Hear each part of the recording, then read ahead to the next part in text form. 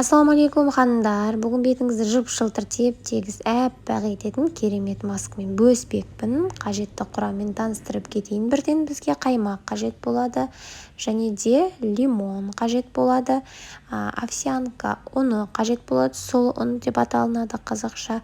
Өте бетке керемет көмектеседі, және де витамин Е. Витамин Е болмаса зәйтүн майын, касторовый масло қолдансақ болады. Касторовый масло қазақша майсана май деп аталынады. Ыдысымызға 1 шай қасық қаймақ аламыз. 15-20% қолдансаңыздар болады.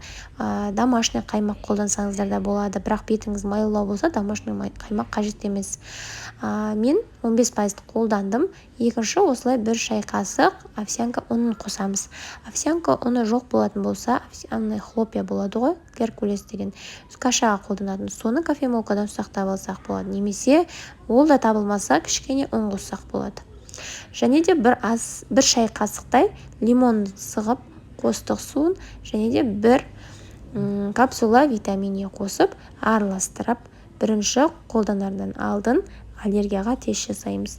Маскамызды кішкене алып аламыз да білегімізге немесе шынтақ тұсына, немесе мойынға жағып 10-15 минут күтеміз. Қышу, ашу сезімдері байқалмаса, бетімізге жаға береміз. Масканы жағардан алдын бетімізді тазартып жуып алу керек. Маска жағып 15-20 күтіп, кепкеннен кейін барып, кішкене суға лимон согын араластырып, сомен сүртіп аламыз. Одан кейін артынан қағаз салфеткамен сүртіп, бетімізге ылғалдандырушы крем жағып қоямыз. Бұл масканы түнгі уақытта жағуға кеңес етемін. Қас-көз мезгілі болғаннан кейін қорықпай жасай берсеңіздер болады. Бірақ күнге шығарда SPF міндетті түрде жағу керек. Өйткені жыл 12 SPF бетімізден үзілмеу керек. Масканың нәтижесі бір жасағаннан байқалады. Міндетті түрде жасап көріңіздер. Аптада 2 рет жасайсаңыздар болады. Курс 1 айды қамтиды. Сіздерге кеңесім 1 рет жасап көріңіздер.